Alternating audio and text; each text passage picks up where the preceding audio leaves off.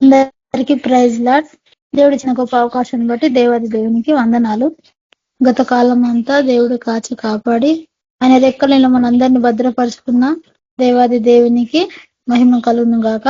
దేవుడు ఇచ్చిన గొప్ప అవకాశాన్ని బట్టి దేవి నామానికి మహిమ కలుగును గాక. అందరికీ ప్రైజ్ లార్డ్. వర్షిధర బ్రదర్ మీరు ప్రేయర్ చేయండి బ్రదర్. సుజాత సిస్టర్ గారు పాట పాడతారు. Okay brother. శాంతమ్మ సిస్టర్ మీరు ప్రేయర్ చేయండి. Praise the Lord sister. అందరికీ ప్రైజ్ ది లార్డ్. ప్రార్థన చేసుకుందాము. మహాపరిశుద్ధుడా, మహోన్నతుడా, సర్వాధికారి, సర్వశక్తి గల దేవ, దేవాతి దేవ, రాజాతి రాజా, దయగల తండ్రి, నీకే వందనాలు, స్తుతులు, స్తోత్రాలు నాయన ప్రభా. ఈ సాయంకాల సమయంలో ప్రభా నీ పాద సన్నిధిలో మేము కూడి ఉన్నాం తండ్రి. యేసయ్యా నీకే వందనాలు తండ్రి. మీరు ఇచ్చిన ఈ గొప్ప ధన్యత కొరకే నీకు వందనాలు, స్తుతులు, స్తోత్రాలు నాయన ప్రభా. అయ్యా నీకు ఆన్లైన్ ప్రార్థనలో మీరు దిగండి, మీ ఆత్మ కుమ్మరించండి యేసయ్యా. మీ ఆత్మ నడిపింపు దయచేయండి. వాక్యం చెప్పే వాళ్ళలో ప్రభా మీరుండి మాట్లాడండి తండ్రి. మిస్సులు సాట్ను మరుగు చేసుకొని దేవా మీరే మాతో మాట్లాడమని ప్రార్థిస్తున్నా దేవా. నీకే వందనాలు తండ్రి. పాటల ద్వారా మీరు మహిమ పొందండి యేసు ప్రభా. నీకే స్తుతులు, స్తోత్రాలైనా వాక్యం వినే వారి హృదయాలను తెరవండి యేసు ప్రభా. యూట్యూబ్ లో అంద వాక్యము వెళ్తుంటగా నా ప్రభా తండ్రి ప్రతి ఒక్క హృదయాలు దయచేయండి, మారు మనసు దయచేయండి, రక్షణ దయచేయండి ప్రభా. మీరు ఆకడ సమీపం ఉంది కాబట్టి ప్రభా ప్రతి ఒక్కరు మీరు ఆకడకు సిద్ధపరచండి. ప్రతి ఒక్క సైతాన ఆటంకాలన్నీ కొట్టివేయండి తండ్రి. పరిశుద్ధుడా నీకే వందనాలు, స్తుతులు, స్తోత్రాలు నాయన. ఆశ్చర్య అద్భుత కార్యాలు జరిగించే దేవుడవు, ఎన్నో ప్రభా గొప్ప కార్యాలు మీరు చేసి ఉన్న దేవుడవు ప్రభా. అయ్యా నీకే వందనాలు తండ్రి, స్తుతులు, స్తోత్రాలు నాయన. నీ సజీవమైన రెక్కల కింద ప్రభా మమ్మల్ని భద్రపరుచుకున్నందుకే నీ కోట్లాది వందనాలు, స్తుతులు, స్తోత్రాలు ప్రభా. ప్రతి ఒక్కరితో మీరు మాట్లాడండి, ప్రతి ఒక్కరి జీవితాలు కూడా మీరు సరిచేయండి ప్రభా. పరిశుద్ధుడా నీకే వందనాలు ప్రభా. అనారోగ్యంతో ఉన్న బిడ్డలు జ్ఞాపకం చేసుకోండి ప్రభా. వాళ్ళు ముట్టండి, స్వస్థపరచండి ప్రభా. మంచి ఆరోగ్యాలు దయచేయండి. ఎవరు ఏ సమస్య గుండా వెళ్తున్నారో ప్రభా ప్రతి ఒక్కరు జీవితాలు కూడా నువ్వు చూసే దేవుడు కాబట్టి ప్రతి ఒక్కరు సమస్య నుంచి విడుదల దయచేయండి. ప్రతి ఒక్కరితో కూడా మీరు మాట్లాడండి ప్రభా. ప్రతి కట్లను తెంపగల దేవుడవు ప్రభా. ప్రతి సమస్యను ప్రభా మీరు తీర్చగల దేవుడవు ప్రభా. పరిశుద్ధుడా నీకే వందనాలు తండ్రి. అన్ని నామముల కన్నా పైనామము గొప్ప నామం గల దేవుడవు ప్రభా. దేవాతి దేవుడవు ప్రభా. నీకే వందనాలు తండ్రి. మమ్మల్ని అందరినీ కూడా ప్రభా నీ ఘనమైన చేతికి అప్పజెప్పుకున్నాం తండ్రి. పరిశుద్ధుడా మీరే గొప్ప కార్యాలు జరిగించండి. ఆరాధన అంతట్లో ప్రభా మీరు తోడుండి నడిపించమని యేసయ్య పరిశుద్ధ నామమున ప్రార్థించి వేడుకుంటున్నాను తండ్రి. Amen. Thank you sister. Praise the Lord. Thank you sister. Praise the Lord sister. Sister praise the Lord sister. Praise the Lord. అందరికీ మనం గడిపే ప్రతి క్షణము ప్రభువుతో, ప్రభు కృపలో, ప్రభు కొరకే జీవిస్తున్నాం కాబట్టి ప్రభును ఘనపరుస్తూ ఆయనను కొనియాడుతూ ఆయనకు కృతజ్ఞతాస్తుతులు చెల్లిస్తూ ఒక పాట పాడుతున్నాం. నీతో నడిపే ప్రతి క్షణము ఆనంద బాష్పాలు ఆగవయ్యా. నీతో గడిపే ప్రతి క్షణము ఆనంద బాష్పాలు ఆగవయ్యా. కృపతలంచగా మేలు యోచించగా, కృపతలంచగా మేలు యోచించగా, నాగళమాగదు స్తుతించగా, నిన్ను కీర్తించగా. యేసయ్యా యేసయ్యా నా యేసయ్యా, యేసయ్యా యేసయ్యా నా యేసయ్యా, యేసయ్యా యేసయ్యా నా యేసయ్యా, యేసయ్యా యేసయ్యా నా యేసయ్యా. నీతో గడిపే ప్రతి క్షణము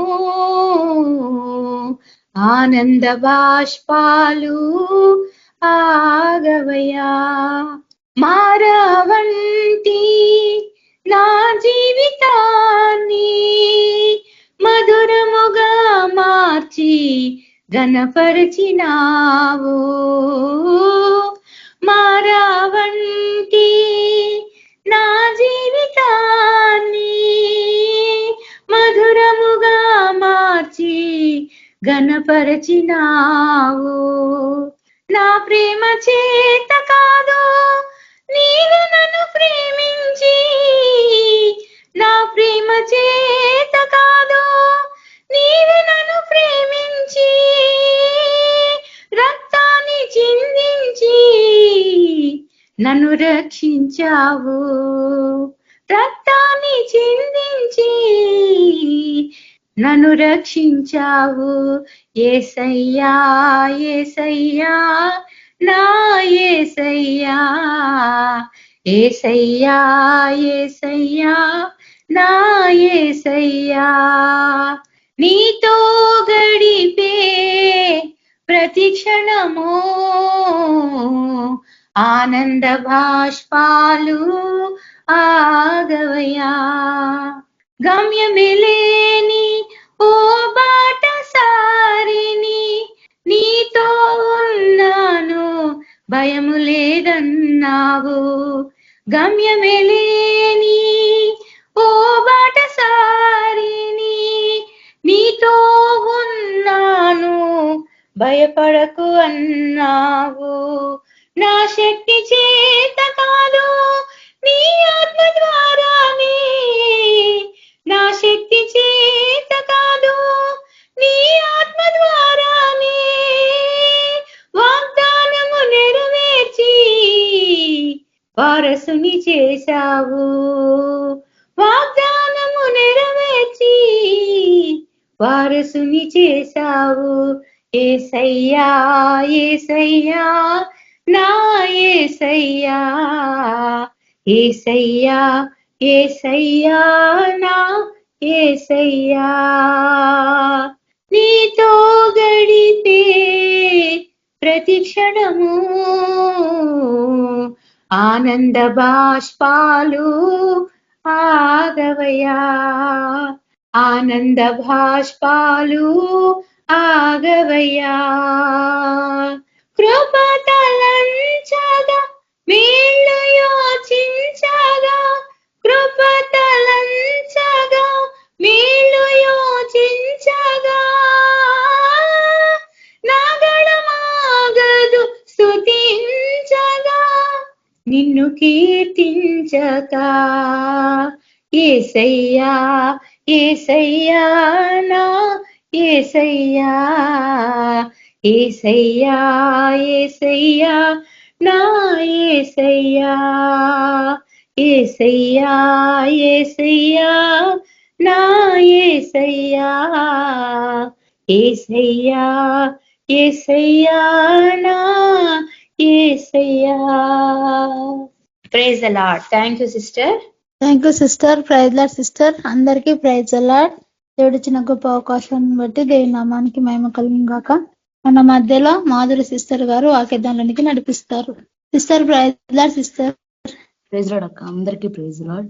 ముందుగా నాకు ఈ అవకాశాన్ని ఇచ్చిన ప్రభువుకి నా కృతజ్ఞత స్తుతులు చెల్లించుకుంటున్నాను. అలాగే మీ అందరికీ నా వందనాలు చెల్లించుకుంటున్నాను. వాక్యంలోకి వెళ్ళే ముందు చిన్న ప్రార్థన చేసుకుందాం.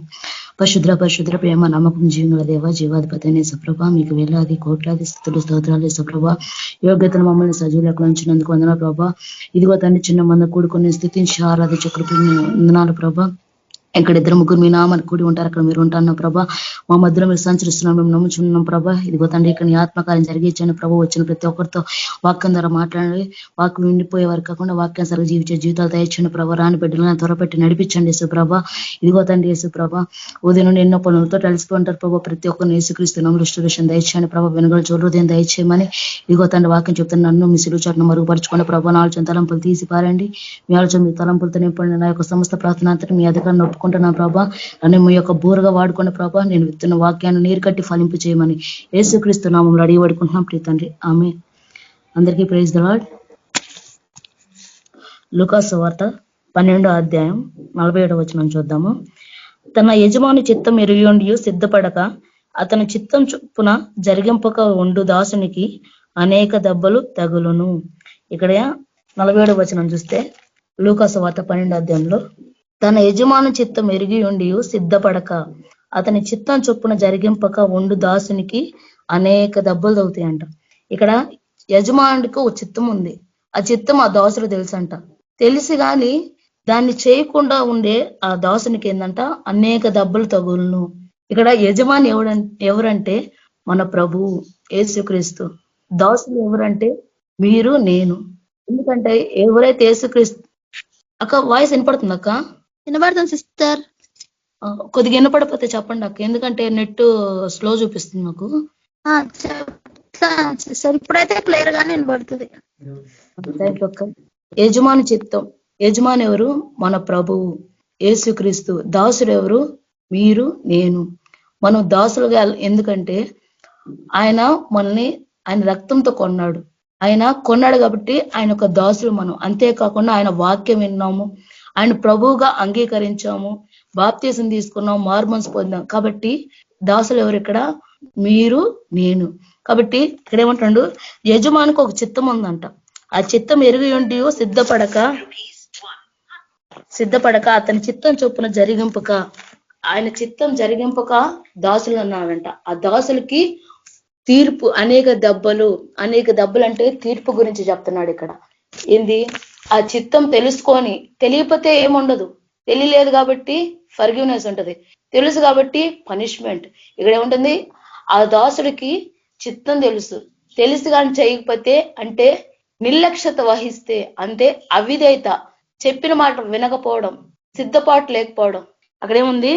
చిత్తం చొప్పున జరిగిగా ఉన్న దాసునికి అనేక దెబ్బలు, ఖచ్చితంగా తీర్పు ఉంటది.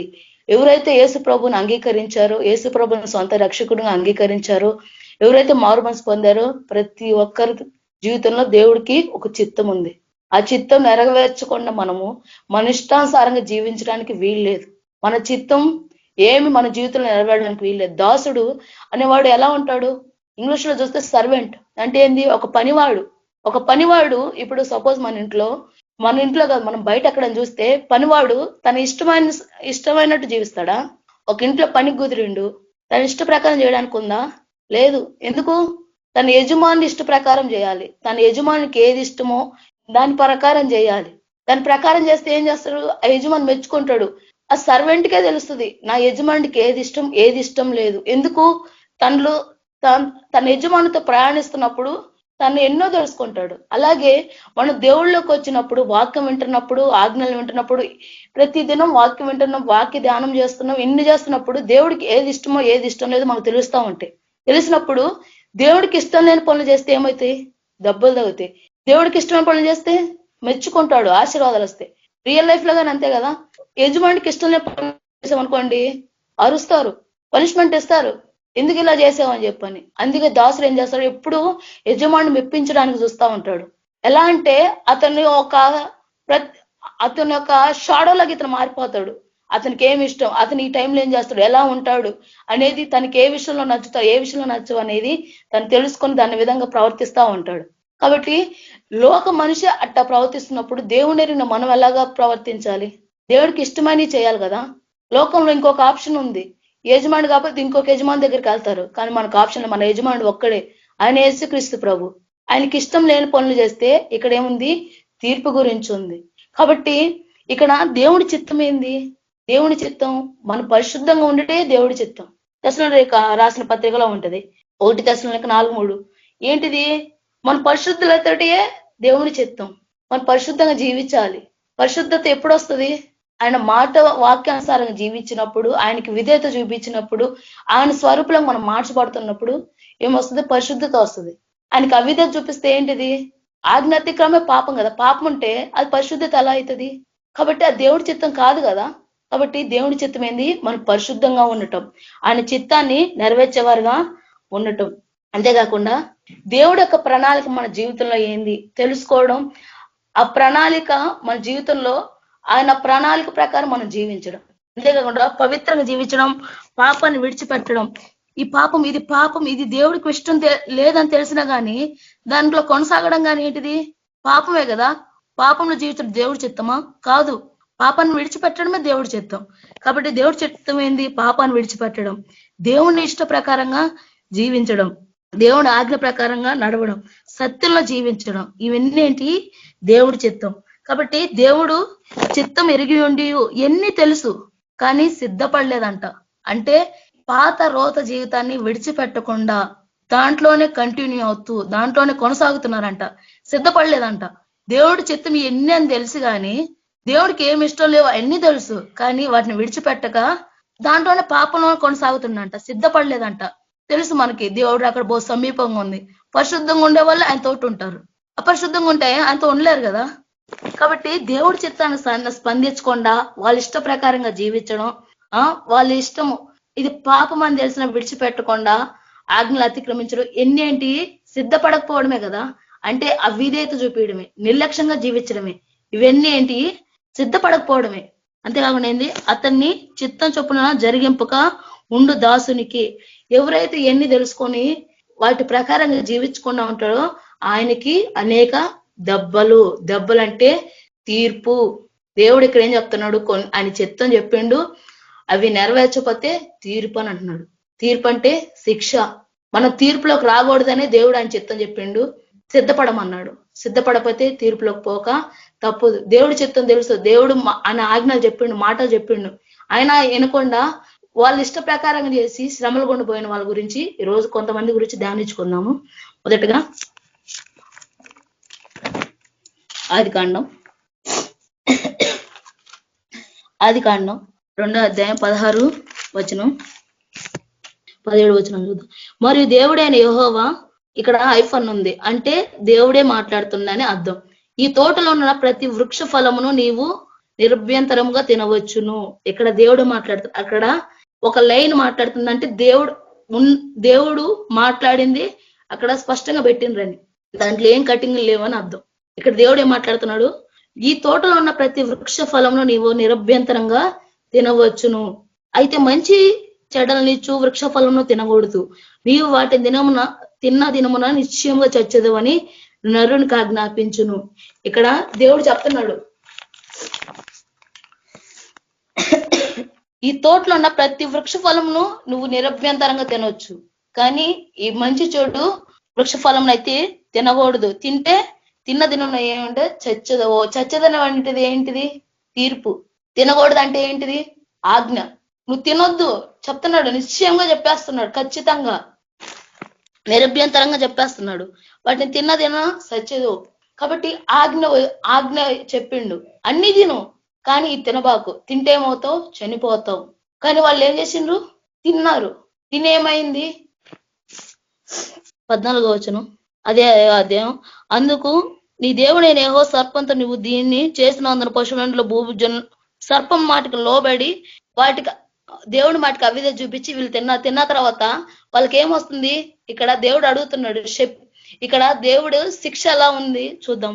14. అందుకు దేవుడైన యెహోవా సర్పంతో నువ్వు దీన్ని చేసినందున పశువులన్నిట్లోనూ భూజంతువులన్నిట్లో నువ్వు శపింపబడినవే, నీ కడుపుతో పాకుచు నీవు బ్రతిక దినంలన్నీ మన్ను తిందు. అయితే నీకును స్త్రీకిని నీ సంతానంకు ఆమె సంతానముకు వైరం కలుగు చేసేదను. అది నిన్ను తల మీద కొట్టుడు, నీవు దాని మడిమ మీద కొట్టుదు అని చెప్పాను. ఆయన స్త్రీతో నీ ప్రయాసమును నీ గర్భవేదన మిక్కిలి హెచ్చించేదను. ఏంది? ప్రసవ వేదన వచ్చింది, హెచ్చించాడు దేవుడు. తప్పు చేశారు కాబట్టి ఏమైంది? వాళ్ళు శిక్షకు పాత్రులయ్యారు. కాబట్టి ప్రసవ వేదన వచ్చింది పాపం వల్ల. అంతేకాకుండా ఏమైంది? వేదంతో పిల్లలకు అందువు, నీ భర్త ఏడలు నీకు వాంఛ కలుగును, అతను నిన్ను ఏళ్ళని చెప్పాను. ఆయన ఆదాంతో నీవు నీ భార్య మాట విని తినవద్దని నేను నీకు ఆజ్ఞాపించిన వృక్ష ఫలను తింటివి కనుక నీ నిమిత్త నేల శపింపబడినదే, ప్రయాసంతో నువ్వు బ్రతుకు దినంలోనే పంట తిందువు. ఇక్కడ ఏమైంది? అంతేకాకుండా అది మొండ్ల తుప్పలను గచ్చ పొదలు నీకు మొలిపించును, పొలంలోని పంట తిందువు. ఇక్కడ ఇంతకుముందు ఏంది? దేవుడు చూసుకుంటూ తినేటోళ్ళు, కానీ ఇక్కడ ఏమైంది? ప్రయాసంతో కష్టపడి పనిచేస్తేనే ఆహారం. పాపం వల్ల ఏమైంది? భూమి శపింపబడింది.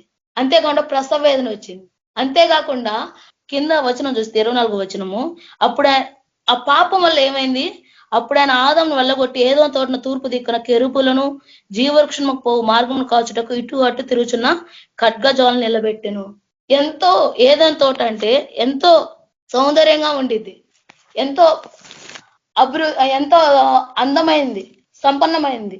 దానికి మీనింగ్ చూస్తే అలాంటి దాంట్లో నుండి ఏమైంది, బయట నెట్టివేయబడ్డారు. అక్కడ వెళ్ళగొట్టబడిను అంటే మర్యాదపూర్వకంగా లేదు కదా వచనం వినడానికి, వెళ్ళగొట్టడం. ఇంకా అంటే ఆ కార్యం ఎలా ఉంది చూడండి, వెళ్ళగొట్టడం. ఇంకా మీరు బయటకు వెళ్ళండి అని అనగానే అనలా. అంటే దేవుడు కోపం అక్కడ మనం చూడొచ్చు. ఆజ్ఞ అతిక్రమం వల్ల, ఆ పాపం వల్ల దేవుడు సన్నిధిలో నుండి వాళ్ళు బయటకు వెళ్ళిపోయారు. తర్వాత అంతా కష్టమే, శ్రమలు, బాధలు. దేవుడు తినొద్దన్నాడు, తినొద్దని చెప్పి దాన్ని వాళ్ళు ఏం చేసిండ్రు, వాళ్ళు ఇష్టానుసారంగా ఏం చేసిండ్రు, తీసుకున్నారు, తిన్నారు.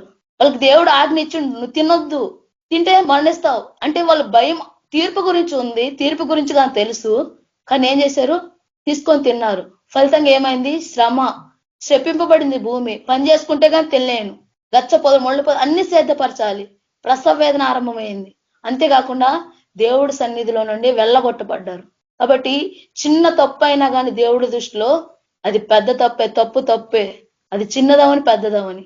కాబట్టి ఈ రోజు మనం కానీ ఆయన ఇది తప్పు చేయొద్దు, ఈ పని చేయొద్దు, ఇది ఇలా చేస్తే నీకు ఖచ్చితంగా శిక్ష ఉంటది అని చెప్పినా గాని, తప్పు అని తెలిసినా గాని చేస్తే ఏమవుతుంది, దేవుడి సన్నిధిలో నుండి వెళ్ళగొట్టబడతాం.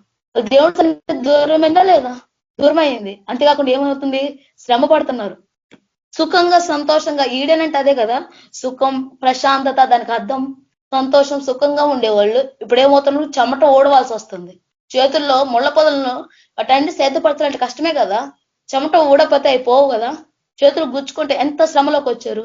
సుఖంగా ప్రశాంతంగా జీవించే జీవితం నుండి శ్రమలోకి పడ్డారు, శపింపబడిన దానిలోకి వచ్చారు. కాబట్టి దేవుడికి ఏదైనా ఆజ్ఞ ఇచ్చిండంటే ఆజ్ఞ ప్రకారం మనం జీవించాలి, లేకపోతే ఆయన సన్నిధి నుండి వెళ్ళగొట్టబడ్డారు. వాళ్ళు వెళ్ళగొట్టారు. దేవుడు ఒక విధంగా చూడండి, మర్యాద పూర్వకంగా పంపించారా, కాదు. ఈరోజు మనంగా ఎన్నోసార్లు తప్పు చేస్తాం, చేయొద్దు అన్నా కానీ చేస్తా ఉన్నాం, కానీ దేవుడు మనం క్షమిస్తా వస్తున్నాడు, కృప చూపిస్తా ఉన్నాడు. వాళ్ళు ఒక కాయ తీసుకుని తిన్నారు, వాళ్ళు వెళ్ళగొట్టరు, దేవుడి సన్నిధి దూరం అయిపోయింది. ఈ రోజు దేవుడు మనకి ఎన్ని అవకాశాలు ఇస్తున్నాడు, కానీ వాటిని మనం దుర్వినియోగం చేస్తే ఏమవుతుంది, శ్రమ తప్పదు, తీర్పులోకి రాక తప్పదు, తీర్పు ఖచ్చితంగా ఉంటది. కాబట్టి మనము దేవుడికి ఇష్టంగా జీవించాలి, దేవుడు వద్దన్న పని చేయకుండా ఉండాలి. అంతేకాకుండా ఇంకొకరి గురించి చూద్దాము. అదే ఆదికాండము 4వ అధ్యాయం. ఇక్కడ చూసినట్టయితే ఒక మొదటి కుటుంబం, మొదటి సంతానం, మొదటి ఆరాధన ఈ 4వ అధ్యాయం నిండా మొదటి హత్య గాని ఇక్కడ జరిగింది. దానివల్ల వచ్చే ఫలితాలు కానీ ఇక్కడే ఉంటాయి. తప్పు చేస్తే ఏం ఫలితాలు ఉంటాయి. 4వ అధ్యాయంలో ఆదాముకి కయ్యూను హేబేల్ అని ఇద్దరు పిల్లలు ఉన్నారు. ఇద్దరు దేవుడి సన్నిధికి తమ అర్పణలు తీసుకొచ్చారు, కానీ ఒకరిది అంగీకరించారు దేవుడు, ఇంకొకరిది అంగీకరించలేదు. అంగీకరించకపోతే 5వ వచనం చూడండి, కయ్యూను అతని అర్పణను ఆయన లక్ష్య పెట్టలేదు కాబట్టి కయ్యూనుకు మిక్కిలి కోపం వచ్చి ముఖం చిన్నబోచుకోండు. మిక్కిలి కోపం అంటే ఎంతో కోపం వచ్చింది ఆయనకి, ఆయన అర్పణ దేవుడు అంగీకరించలేదని. వచ్చేం ముఖం చిన్నబుచ్చుకున్నా, యెహోవా కయ్యూనుతో నీకు కోపం ఎలా, ముఖం చిన్నబుచ్చుకున్న ఉన్నావేమి, నీవు సత్క్రియ చేసిన ఎడల తల ఎత్తుకొనవా, సత్క్రియ చేయని ఎడల వాకిట పాపం పొంచి ఉండును, నీ ఎడల దానికి వాంఛ కలుగును, నీవు దానిని ఏలుదువనెను. మంచి పనులు చేయకపోతే వాకిట ఏం ఉంచుకునుంది, పాపం ఉంచుకునుంది. పాపం మన హృదయంలోకి పాపం అనేది ఎప్పుడెప్పుడు ఎంటర్ అవుదామా అని చెప్పి చూస్తా ఉంటది, వాకిట కాచుకొని ఉంటది. ఎందుకు, ఎప్పుడు ఓపెన్ చేస్తే దూరిపోదామా అని, దానికి మన ఎందుకు కోరిక కలుగుతా ఉంటది, వాంఛ కలుగుతా ఉంటది, ఎప్పుడెప్పుడు లోపల రావాలా అని. కాబట్టి మనం మంచి పనులు చేస్తే దేవుడు మెచ్చకుండా, అతను తప్పు చేసిండు, దేవుడు హెచ్చరిస్తున్నాడు, నువ్వు మంచి పని చేస్తే నువ్వు ఎందుకు అది అక్కడ ఉంటుంది, సత్క్రియ తలెత్తుకొనవా, నువ్వు మంచి పని చేస్తే తల ఎందుకు ఎత్తుకొని తిరుగుతావు. మంచి పని చేయలేదు కాబట్టి, అంగీకరించలేదు కాబట్టి ఏం చేసిండు, కోపం వచ్చింది. కోపం వచ్చి మిక్కిలి కోపం వచ్చిందంట. మిక్కిలి అంటే ఎంత భయంకర కోపం వచ్చి ఉంటుందో, వచ్చి మొక్కం చిన్నబుచ్చుకున్నాడు. కానీ ఆ కోపాన్ని అరే దేవుడు అంగీకరించలేదంటే నేను మంచి పని చేయలేదనే కదా, నేను మంచి పని చేయాలని అతనిలో సరిదిద్దుకోవాలి కదా. సరిదిద్దుకోకుండా కింద ఏం చేస్తున్నాడు, కయ్యూను తన తమ్ముడైన హేబేల్తో మాట్లాడాను, వారు పొలంలో ఉన్నప్పుడు కయ్యూను తన తమ్ముడైన హేబేల్ మీద పడి అతన్ని చంపెను. ఏం చేసింది, కోపం ఇక్కడ ఏం చేసింది, ద్వేషంగా ఏర్పడింది. కోపం ద్వేషంగా ఏర్పడి తర్వాత చివరికి ఏమైంది, మర్డర్ చేసేసిండ్రు, ఒక హంతకుడు అయిపోయారు. కోపం ద్వేషం ఎంత భయంకరమైంది. హృదయంలో కోపించిన నరహత్యనే కదా దేవుడు చెప్తుంది కొత్త నిబంధనలో. ఇక్కడ చంపేసిండు. దేవుడు హెచ్చరికను తీసుకొని జీవితాన్ని మార్చుకోవాల్సింది పోయి ఇంకా ఏం చేసుకోండు, కోపం ఎక్కువ పెట్టుకొని తన తమ్ముడిని చంపేసిండు. అంతేకాకుండా ఏమైంది, దేవుడు ఇక్కడ అడుగుతున్నాడు, యెహోవా నీ తమ్ముడైన హేబెల్ ఎక్కడున్నాడు అని కయ్యను అడుగా, అతను నేను ఎరుగను, నా తమ్ముడు నేను కావలి వాడినా నేను, అందుకని నీవు చేసిన పని ఏమిటి.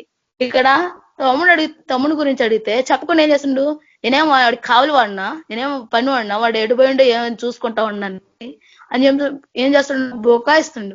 దేవుడు తెలియకుండా దేవుడు ఏమైనా మనం ఇదేంది దాచుకోగలుగుతామా, కప్పుకోగలుగుతాం. దేవుడికి అన్ని తెలుసు, దేవుడు అవకాశం ఇచ్చిండు. కానీ ఏం చేసిండు ఆయన, తిరిగి బుకాయిస్తున్నాడు. నేనేమో తమ్ముడిని పనివాడినా, నాకేం పని లేదా అన్నట్టుగా మాట్లాడుతున్నాడు. అందుకు దేవుడు ఏమంటున్నాడు, నీవు చేసిన పని ఏమిటి, నీ తమ్ముని రక్తం యొక్క స్వరం నేల నుండి నాకు మొరపెట్టుచున్నది, కావున నీ తమ్ముడి రక్తం నీ చేతిలో నుండి పుచ్చుకుంటూ నోరు తెరిచిన ఈ నేల మీద ఉండకుండా నువ్వు శపింపబడిన వాడవు. ఏమైంది, నరహత్య లాస్ట్కి ఏం చేసింది, అతన్ని శపింపబడిన వాడిని చేసింది. దేవుడికి ఏదైతే ఇష్టం లేదో అవి చేస్తే కోపం, ద్వేషం, ఎన్నేటి హత్యల వల్ల ఏమైండు, ఆయన నరహంతకుడు వల్ల ఏమైండు, శపింపబడిన వాడైండు.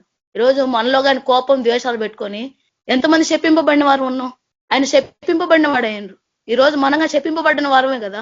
ద్వేషం, కుళ్ళు, కుతంత్రాలు, మత్సరాలు ఎన్ని ఉంటాయి లోపల. పేరు పైన భక్తి ఉంటారు, లోపల ఎంత ద్వేషం ఉంటది. కాబట్టి అక్కడ ఏమంటుండు, శపింపబడిన వాడేయండు. ఈరోజు మనలో శాపం ఉందా, శాపం వెళ్తుందా. దేవుడు అవకాశం ఇచ్చిండు, హెచ్చరించిండు, నువ్వు మంచి పని చేయి అని చెప్పండి. కానీ మంచి పని చేయకుండా ఏం చేసిండు, ఆ హెచ్చరికను తీసుకోలేదు, కోపంతో మర్డర్ చేసిండు, శపింపబడిన వాడేయండు. అంతేకాకుండా ఏమైంది, నీవు నేల సాయపరిచినప్పుడు అది తన సారం నీకు మీదటి నీకు ఇయ్యదు, నువ్వు భూమి మీద దిగులు పడుచు దేశ దిమ్మరవై ఉందువు. నువ్వెంత పని చేసినా కానీ సారం మీద అది కష్టపడిన వ్యర్థం అన్నట్టుగా ఉంది. అంతేకాకుండా దేశ దిమ్మరి అంటే స్థిరత్వం లేని జీవితం, స్థిరత్వం లేదు, దేశ దిమ్మరి. కాబట్టి ఎన్ని శాపాలు దేని వల్ల వచ్చాయి, మర్డర్ చేయడం వల్ల. కోపం నుండి ఆరంభమైంది, చివరికి అది ఎలాగైంది, మర్డర్గా మారింది. కాబట్టి దేశ దిమ్మరి అయ్యిండు. అంతేకాకుండా అందుకు కయ్యను, నా దోష శిక్ష నేను భరించలేంత గొప్పది, నేడు ఈ ప్రదేశం వెళ్ళగొట్టితివి, నీ సన్నిధి రాకుండా వెలవబడి దిగులు పడుచు భూమి మీద దేశ దిమ్మన్న ఇందును. ఏమైంది, దేవుడు సన్నిధిగా దూరం అయిపోయింది. మొదటి సంతానం కదా, ఎంత ఆశ్చర్యకరంగా ఉండాలి. కానీ ఏమైండు, శపింపబడిన వాడైండు. అంతేకాకుండా దేశ దిమ్మరైపోయిండు. అంతేకాకుండా దేవుడి సన్నిధిని కోల్పోయిండు. కాబట్టి కోపాన్ని అణుచుకోవాలి. కోపం వస్తుంది, కానీ కోపం వల్ల ఏం చేసిండు, అతను దేవుడు హెచ్చరించిండు, తీసుకోలేదు. ఈరోజు వాక్యాల ద్వారా దేవుడు ఎన్నోసార్లు మాట్లాడుతూ ఉంటాడు ఇది తప్పు అని. అయినా దేవుడు వాక్యం వింటారే కానీ జీవితంలో అవలంబించుకోకపోతే ఏమవుతుంది, ఇట్టాగే అయిపోతుంది, శపింపబడినారోతో. అంతేకాకుండా దేశ దిమ్మరి, స్థిరత్వం లేని జీవితం. అంతేకాకుండా చివరికి దేవుడి సన్నిధులు కోల్పోతాం. దేవుడు హెచ్చరికను కానీ తీసుకోకపోతే ఇంతే నష్టం జరిగింది. కాబట్టి దేవుడు హెచ్చరించినప్పుడు తీసుకోవాలి. ఇంకా మనము దేవుడు థ్యాంక్స్ చెప్పుకోవాలి. ఎందుకంటే మనం ఆ పాపల నుండి లోకాన్ని విడిచామనుకోండి, ఏమైతే నరకాన్ని పోతాం. దేవుడు హెచ్చరించిండు అనుకో, తీసుకొని మనము ఆ వాక్యాన్ని ఆజ్ఞానుసారం జీవించాం అనుకోండి, దేవుడికి ఇష్టమైన బిడ్డలుగా ఉంటాం, తీర్పు నుండి తప్పించుకోగలుగుతాం. కాబట్టి ఏదైనా మనకి దేవుడి నుండి హెచ్చరిక వచ్చినప్పుడు, వాక్యం ద్వారా దేవుడు మాట్లాడుతున్నప్పుడు ఆ హెచ్చరిక మనం తీసుకోవాలి. లేకపోతే ఈ పరిణామాలన్నీ భరించాల్సి వస్తుంది. అంతేకాకుండా ఇంకొక వ్యక్తి గురించి చూద్దాం, ఇశ్రాయేల్ ప్రజల గురించి చూద్దాం. న్యాయాధిపతులు 10వ అధ్యాయం, న్యాయాధిపతులు 10వ అధ్యాయం 6, 7, 8, 9. ఇశ్రాయేల్ యెహోవా సన్నిధిని మరలా దుష్ప్రవర్తనులైరి. వారు యెహోవాను విసర్జించి ఆయన సేవ మాని వేసి బలులను, అష్టారోతులు అను సిరియల దేవతలను, సిదోనుల దేవతలను, మోయాబుల దేవతలను, అమోనీల దేవతలను, ఫిలిస్తీన్ల దేవతలను పూజించు వచ్చిరి. యెహోవా కోపాగ్ని ఇశ్రాయేల్ మీద మండగా ఆయన ఫిలిస్తీన్ల చేతికిని అమోనీల చేతికిని వారిని అప్పగించను గనుక వారు ఆ సంవత్సరం మొదలుకొని ఇశ్రాయేల్ అనగా యోర్దను అవతలను ఉన్న గిలాదు నందలి అమోనీల దేశంలో కాపురం ఉన్న ఇశ్రాయేళ్లను 18 సంవత్సరంలో చెత్తగొట్టి అణిచివేసిరి. వీళ్ళు ఏం చేసిండ్రు, దేవుడు సత్యాన్ని వదిలిపెట్టిన, సత్యమైన దేవుడిని తెలుసుకొని విగ్రహారాధన చేసిండ్రు, బయలుదేతను ఆరాధించారు. ఫలితంగా ఏమైంది, 18 సంవత్సరాలు చెత్త కొట్టిండు, శత్రువుల చేతికి అప్పచెప్పిండు. ఈరోజు విగ్రహాలు మన జీవితంలో ఏంటి, మనం ఏం విగ్రహాలు చేయట్లేదు కదా, బొమ్మలు పెట్టట్లేదు కదా, పూజించట్లేదు, ఆరాధించట్లేదు కదా. అంటే దేవుడి ప్లేస్ లో ఏది పెట్టినా కానీ అది ఏమవుతుంది, విగ్రహం అయిపోతుంది. దేవుడి స్థానంలో ఏది పెట్టినా మొదటగా అదేమవుతుంది, విగ్రహం అయిపోతుంది. దేవుడు వాళ్ళని ఏం చేసి శత్రువులకు అప్పచెప్పిండు.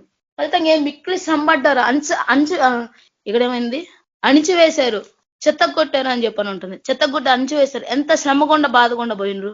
వాళ్ళకి ఆజ్ఞలు తెలుసు, ఇతర దేవతను పూజించకూడదు, ఆరాధించకూడదు. ఆజ్ఞ ఉంది కానీ ఆజ్ఞానుసారంగా జీవించలేదు.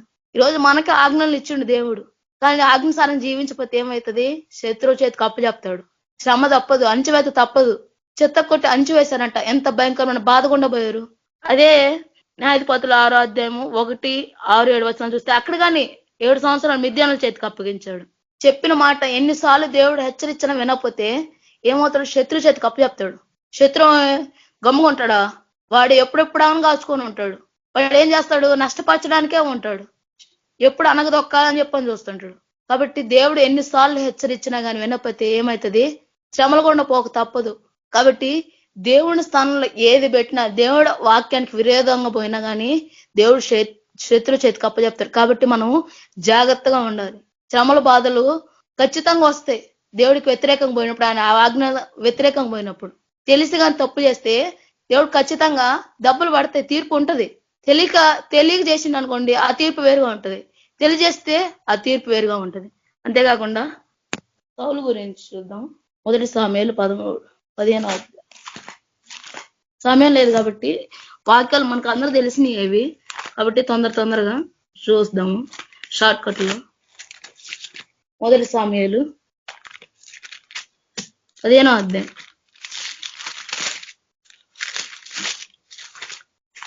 1 సామెయలు 15వ అధ్యాయం. ఇక్కడ దేవుడు చిత్తం ఉంది. దేవుడు యొక్క సౌలుకి దేవుడు యొక్క చిత్తం తెలుసు. సమూయేలు ద్వారా మాట్లాడిండు. ఏమని? అమాలేకులందరినీ నాశనం చేయమని, అమాలేకులకు సంబంధించిన అన్ని ఈ భూమి మీద ఉండకుండా నాశనం చేయమని. కానీ ఇక్కడ ఏం చేస్తాడు? సౌలు నాశనం చేయలేదు, రాజును బతికి. కొంతమంది పారిపోయారు, కొంతమంది రాజును బతికిచ్చిండు. అంతేకాకుండా అక్కడ జంతువులను తీసుకొచ్చాడు. ఎందుకు? ప్రజలను సంతోషపెట్టడానికి. ఇంకా ఏం చెప్తాడు? దేవుడికి బలి ఇవ్వడానికి. నాశనం చేయమంటే దేవుడి చిత్తం ఆయనకి బయలుపరిస్తే దేవుడి చిత్తం చేయకుండా ఇంకా లాజిక్లు మాట్లాడుతున్నాడు. అవిధేత, అర్ధ విధేయత అనాలి. అంటే సగం దేవుడి మాట వింటాం, సగం దేవుడి మాట ఏను తమ ఇష్టం చేస్తారు. ఇప్పుడు తన ఇష్టం సగం చేస్తుండే, సగం దేవుడు మాట్లాడాడు. నాశనం అంతా నిర్మూలన చేయమని 15వ అధ్యాయం మొదటి చూద్దాం. మొదటి వచనం. ఒకనొక దినమున సమూయేలు సౌలుని పిలిచి, యెహోవా ఇశ్రాయేలు తన జనం మీద నిన్ను రాజుగా అభిషేకించుటకై నన్ను పంపెను. యెహోవా మాట వినుము. సైన్యములకు అధిపతికి యెహోవా సెలవిచ్చిందేమనగా, అమాలేకులు ఇశ్రాయేలు చేసినది నాకు జ్ఞాపకమే. వారు ఐగుప్తులను రాగానే అమాలేకులు వారికి విరోధుల మార్గమందు వారి మీదకి వచ్చారు కదా. కాబట్టి నీవు పోయి కనికరింపక అమాలేకులను హతం చేయొచ్చు. పురుషులనేమి, స్త్రీలనేమి, బాలులనేమి, పసిపిల్లలనేమి, ఎద్దులనేమి, గొర్రెలనేమి, ఒంటలనేమి, గార్ధబులనేమి అన్నిటిని హతం చేసి వారికి కలిగినంత బొత్తుగా పాడు చేసి అమాలేకులను నిర్మూలన చేయమని చెప్పాను. దేవుడు స్పష్టంగా చెప్పిండు సమూయేలు ద్వారా, అన్నిటిని నిర్మూలన చేయి, ఏటిని చూడొద్దు, జంతువుల్ని, మనుషుల్ని ఏం చూడొద్దు అని చెప్పని చెప్తే ఏం చేస్తాడు ఇతను? సగం విన్నాడు.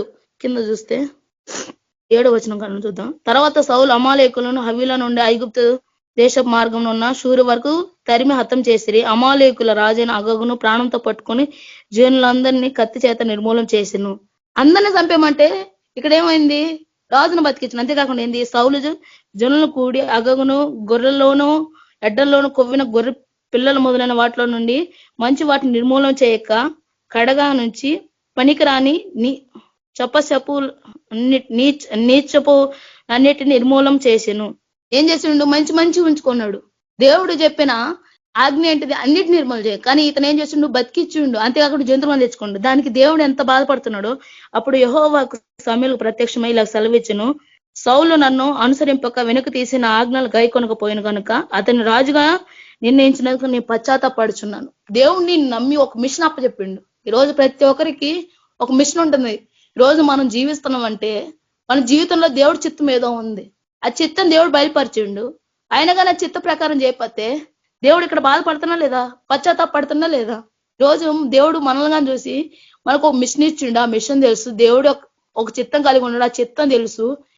తెలిసిగా చేయకపోతే దేవుడు పశ్చాత్తాపడతాడు.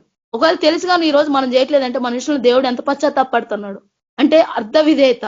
సగం దేవుడికి ఎప్పుడు ఇష్టం ఉండదు. సంపూర్ణం చేయాలని పని. ఈరోజు దేవుడు అమాలేకులందరూ చంపడానికి సౌలుని ఎన్నుకొని అన్ని ఇచ్చిండు. రాజ్యం ఇచ్చిండు, అధికారం ఇచ్చిండు, ఆత్మ అభిషేకం ఇచ్చిండు, అన్ని ఇచ్చిండు. కానీ ఏం చేసిండు? అర్ధ విధేయత చూపించిండు, అవిధేయత చూపించిండు. ఫలితంగా అర్ధ విధేయత వల్ల దేవుడు బాధపడుతున్నాడు. ఈ రోజు మనం గాని దేవుడి మాట అనకుండా కొద్దిగా మన తలంపులు కొద్దిగా దేవుడి మాట వింటా ఉంటే దేవుడు ఖచ్చితంగా పశ్చాత్తాపడతాడు. దేవుడు అందుకే అంటాడు కదా, అదే 22 తాను సెలవిచ్చిన ఆజ్ఞ ఒకడు గైకొనటం వల్ల యెహోవా సంతోషించినట్లు ఒకడు దహన బలులను అర్పించడం వల్ల యెహోవా సంతోషించిన ఆలోచించము. బొల్లు అర్పించట కంటే ఆజ్ఞను గైకొనటయు పొట్టేల కొవ్వు అర్పించట కంటే మాట వినుటయు శ్రేష్టం. ఈ బలులు ఎన్ని దేవుడు అడగట్లా, ఎందుకు నువ్వు బతికించావంటే బలికి అన్నాడు. అవన్నీ దేవుడు అన్నట్లా, నీకు దేవుడు ఏది ఆజ్ఞిచ్చిండో అది వినడమే, అదే ఇష్టం బలి కంటే దేవుడికి. ఆయన ఆజ్ఞను గైకొనటయు బొల్లు అర్పించడం కంటే పొట్టేల కొవ్వు అర్పించడం కంటే మాట వినుటయు శ్రేష్టం. ఈరోజు శ్రేష్టంగా ఉంటున్నాయా? ఆయన మాట వింటున్నావా? ఆయన ఆజ్ఞ సరంగా జీవిస్తున్నావా? ఫలితంగా ఏమైంది? సౌలుకి రాజ్యం కోల్పోయింది, మొదటి రాజు, కానీ విశ్వాసులు వేరు పట్టికలో లేడు. ఈరోజు మన జీవితంలో కానీ దేవుడు మాట వినకుండా ఏదో చేస్తున్నాం అనుకుంటాం. దేవుడికి నేను దశమ ఇస్తున్నా కదా, నేను చర్చికి వెళ్తున్నా కదా, నేను సగం పని చేస్తున్నా కదా అని చెప్పని సంతోషపడతాం. సగం ఎప్పుడు దేవుడు సంతోషపడాడు. సంపూర్ణం చేయాలి కదా దేవుడు మనకి ఇచ్చిన పనిని. సంపూర్ణం చేయకపోతే దేవుడు పశ్చాత్తాపడతాడు. ఈరోజు మన విషయంలో దేవుడు సంతోషంగా ఉండా, పశ్చాత్తాపడుతున్నా లేక సంతోషంగా ఉన్నాడా? ఆయన మనం చేతికి ఇచ్చిన పని చేస్తున్నామా చేయట్లేదా? ఇది మనమే క్వశ్చన్ మార్క్ వేసుకోవాలి కదా. కాబట్టి మన దగ్గర నుండి దేవుడు ఏం ఆశించట్లేదు, ఆయన ఆజ్ఞలు గాయకొనాలి, ఆయన మాట వినాలి.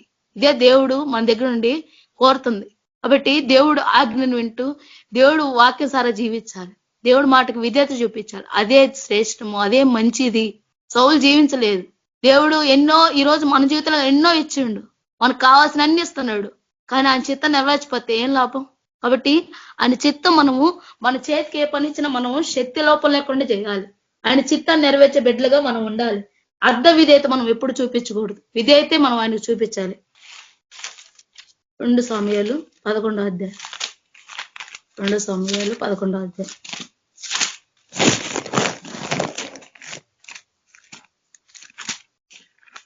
2 సమయాలు 11వ అధ్యాయం.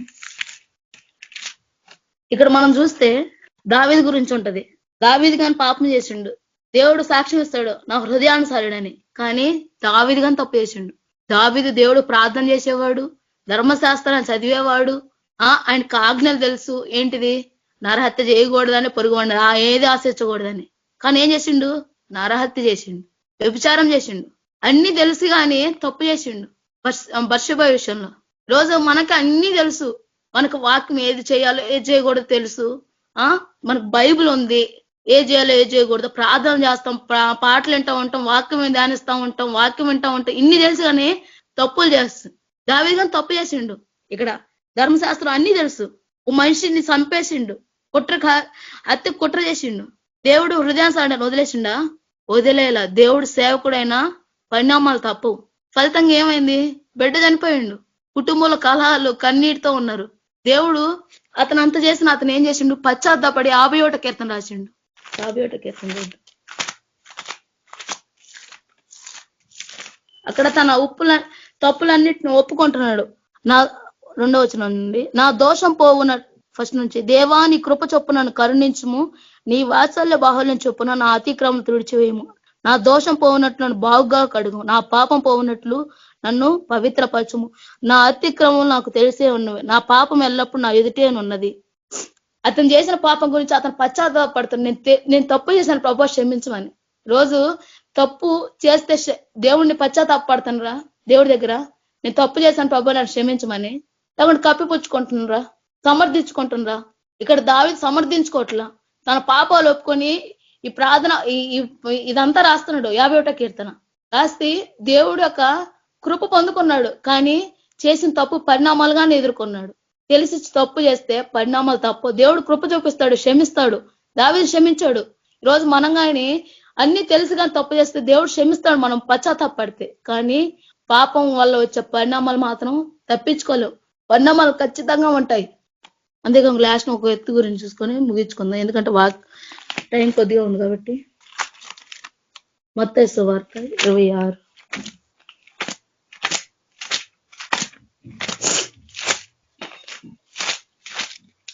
మత్తయి సువార్త 26:14 నుంచి చూద్దాము. అప్పుడు 12 మందిలో ఒకడు ఇష్కరత్ యోధ ప్రధాన యాజకుల వద్దకు వెళ్ళి, నేను ఆయన మీకు అప్పగించిన నాకేమి ఇత్తురని వారిని అడిగాను. అందుకు వారు 30 వెండి నాణాలను తూచి వానికి ఇచ్చిరి. ఇక్కడ ఎవరి గురించి చెప్పబడుతుందంటే ఇష్కరత్ యోధ. ఇష్కరత్ యోధ ఏం చేసిండు? 3.5 సంవత్సరాలు యేసు ప్రభుతో ఉన్నాడు శిష్యుడుగా. అంతేకాకుండా యేసు ప్రభు బోధనలు విన్నాడు, అద్భుతాలు చూసిండు, అన్ని చూసిండు. కానీ ఏం చేసిండు? హృదయం మాత్రం మారలేదు. అంటే ఇదేంది? దేవుడి దగ్గరే ఉంటారు కానీ హృదయం మాత్రం మారదు. పాత స్వభావం మాత్రం విడిచిపెట్టలే. దేవుడితోనే ఉన్నాడు, అన్ని చూసిండు, అన్ని చేసిండు, కానీ హృదయం మారలేదు. ఇక్కడ 30 వెండి నాణాలకి 4 తూచి వానికి ఇచ్చిరి. అంతేకాకుండా లూకా సువార్త 22:3 అంత 12 మంది శిష్యుల సంఖ్యలో చేరిన ఇష్కరియోతు అనబడిన యూదాలో సాతాను ప్రవేశించును. సాతాను ప్రవేశించిందంట. సాతాను ప్రవేశిస్తే ఎట్టా ఉంటది? ఇట్టా ఉంటది. దేవుడికి వ్యతిరేకమైన కార్యాలు చేస్తుంటారు. సాతాను చోటు ఇచ్చినవాడు ధనాపేక్ష వల్ల ఏమైండు? వాడిలో సాతాను ప్రవేశించింది. ఇందాక కయ్యం దగ్గర చదివినాం కదా, ద్వారం మధ్య ఉంది పాప పొంచుకొని, ఎప్పుడెప్పుడు రావాలా ఉంది. వన్స్ డోర్ ఓపెన్ చేసావా ఇంకంతే, ఫినిష్. ఇక్కడ కానీ సాతాను ప్రవేశించినట్టే ఇతను చోటు ఇచ్చిందా లేదా పాపానికి? కాబట్టి ఇతనిలో సాతాను ప్రవేశించిందంట. ప్రవేశించి ఏం చేసింది? యేసు ప్రభువుని అప్పగించాడు. యోహాను సువార్త 12:6 చూద్దాం. వీడు ఎలాంటి బుద్ధి గలవాడో అక్కడ ఉంటది. యోహాను సువార్త 12:4 నుండి. ఆయన శిష్యుల్లో ఒకడు అనగా ఆయన అప్పగింపన ఇష్కరియోతు యోధ ఈ అత్తరెందుకు 300 దినారములకు అమ్మి బీదలకి ఇయ్యలేదా నేను? వాడు ఇలాగ చెప్పినది బీదల మీద శ్రద్ధ కలిగి కాదు, వాడు దొంగ ఉండి తన డబ్బుల సంచి ఉండినందున తన దగ్గర డబ్బుల సంచి ఉండినందున అందులో వేయబడినది దొంగిలించుచూ వచ్చెను గనుక అలాగూ చెప్పాను. వాడు ఏంటంట? స్వభావం దొంగ స్వభావం. దేవుడితో ఉన్నాడు, ఆయన మారు మనసు లేదు. దేవుడితో ఉన్నాడు, ఆయన జీవితం మారలేదు. పాత స్వభావమే కంటిన్యూ చేస్తున్నాడు. వాడు బీదల మీద ఇష్టపడే కాదు, వాడి స్వభావమే దొంగ స్వభావం. ఇక్కడ వాక్యం చూడండి. వాడు ఇలాగూ బీదల మీద శ్రద్ధ కలిగిన వాడు కాదు, కానీ దొంగ ఉండి తన దగ్గర డబ్బు సంచి ఉన్నందున అందులో వేయబడిన దొంగిలించుచూ వచ్చెను. దొంగిలించకూడదని ఆజ్ఞ ఉంది, అయినా వాడు దొంగిలించుచూ ఉన్నాడు. దేవుడు అవకాశం ఇచ్చినా లేదా, కానీ వాడు మారలేదు. వాడు దొంగ బుద్ధి ప్రవర్తన ఏం చేస్తున్నాడు? చూపిస్తానే వచ్చిండు. వాడు దొంగతనం చేస్తా ఉండు కాబట్టి సాతాను వచ్చింది వాళ్ళలోకి. దొంగతనం తప్ప కాదా? దొంగతనం తప్పు. కాబట్టి ఏమైంది? వాళ్ళు సాతాను ప్రవేశించింది. సాతాను ప్రవేశించి ఏం చేసింది? దేవుణ్ణి అప్పగించడానికి వాడు వెళ్ళి మాట్లాడుకుంటాడు, అప్పగిస్తాడు. సాతాను ఎంత ప్రభావం! మన పాత స్వభావాన్ని విడిచిపెట్టకపోతే శ్రమ తప్పదు. వాడు ఎక్కడున్నాడు? దేవుడితోనే ఉన్నాడు. ఈరోజు సంఘంలో చర్చిలో ఉంటా స్వభావం మారిపోతే ఏం లాభం? పాత స్వభావంతోనే ఉంటే యేసు ప్రభు అంటే ఏం లాభం? ఏం లాభం లేదు కదా స్వభావం మారకపోతే. దేవుడు అవకాశం ఇస్తా ఉండు, మారుతున్న వాడికి ఇచ్చిండో లేదా అవకాశం? దేవుడు తెలియకుండా ఉంటుందా? తెలుసు. అయినా దేవుడు వాడు మారుతాడని అవకాశం ఇచ్చిండు, మారలేదు. స్వభావం మారలేదు. వాడు అలాగే కంటిన్యూ అవుతా వచ్చిండు. సాతానికి అవకాశం ఇచ్చిండు. లాస్ట్ కి భయంకరమైన చావు చనిపోయిండు. ఈరోజు యూదా ఇష్కరియోతు యోధ అంటే ద్రోహి అంటారు. యేసు ప్రభు నమ్మిన వాడని. ట్యాగ్లైన్ ఏముంది? అపోస్తలుగా ఎంచుకున్నాడు దేవుడు. అపోస్తలుడు యూదాన్ లేదు, ద్రోహి. యేసు ప్రభుని అమ్మి వేసిందని ట్యాగులు ఉన్నాయి, వాడికి పేర్లు వచ్చినాయి. తప్పు అని తెలిసినా గానీ దేవుడు అవకాశం ఇచ్చినా కానీ మార్చుకోకపోతే ఏమవుతుంది? భయంకరమైన చావు చనిపోయింది కదా. పశ్చాత్తాపడి ప్రభు దగ్గరికి వచ్చుంటే ఇంకొక సేవ ఉండేదేమో. పశ్చాత్తాపడి కానీ లాభం ఏముంది? ప్రభు దగ్గరికి రాలేదు, మారు మనసు కలగలేదు. మత్తయి సువార్త 26:24 మనుష్య కుమారుని గూర్చి వ్రాయబడిన ప్రకారం ఆయన పోవుచున్నాడు గాని ఎవరి చేత మనుష్య కుమారుడు అప్పగింపబడినో ఆ మనుష్యునికి శ్రమ, ఆ మనుషుడు పుట్టే ఉండని ఎడల వానికి మేలని చెప్పాను. వాడు పుట్టుకొని ఉంటే మంచిది అని చెప్పనంటున్నాడు, శ్రమ అంటున్నాడు. వాడు పుట్టబోయి ఉంటే మంచిగా ఉండేది, కానీ ఏమవుతున్నాడు? వాడికి శ్రమ. ఈరోజు మన గురించి కానీ దేవుడు ఏం సాక్ష్యం పలుకుతున్నాడు? వీడిని సృష్టించినందుకు ఎందుకని చెప్పి బాధపడుతుండా, లేకుంటే మన గురించి మంచిగా ప్రౌడ్ గా ఫీల్ అయ్యేటట్టు దేవుడు మనం సంతోషపడేట్టు చేస్తున్నామా? పాత స్వభావం విడిచిపెట్టలేవాడు. ఫలితంగా వాడు శ్రమ అంటుండు. దేవుడే చెప్తున్నాడు పుట్టుకొని ఉంటే మంచిది అని చెప్పి అంటుండు.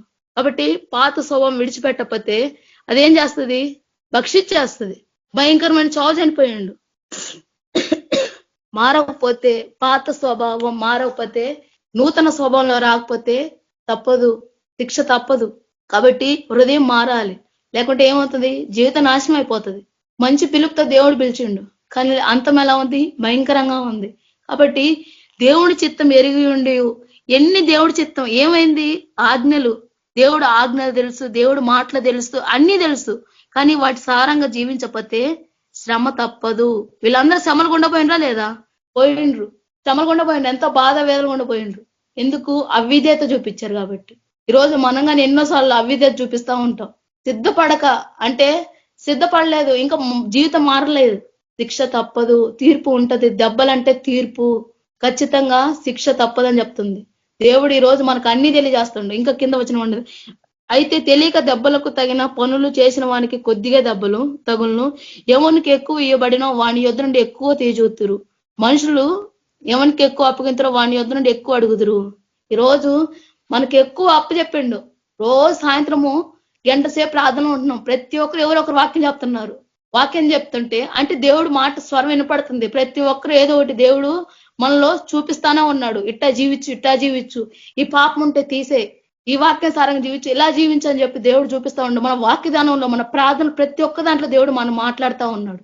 అంతేకాకుండా టైంలో కానీ యూట్యూబ్ లో వాక్యాలు పెట్టుకుంటూ ప్రార్థనలు చేస్తూ ఉంటాము, అలాగే పాటలు వింటూ ఉంటాం, అన్ని చేస్తున్నాం. ఇంత ఎక్కువ పని చేసినప్పుడు దేవుడు మన దగ్గర ఎక్కువ ఆశిస్తాడంట. ఈ రోజు ఎక్కువ ఆశిస్తే దేవుడికి లెక్క చెప్పడానికి మన సంసిద్ధంగా ఉన్నావా, సిద్ధంగా ఉన్నావా?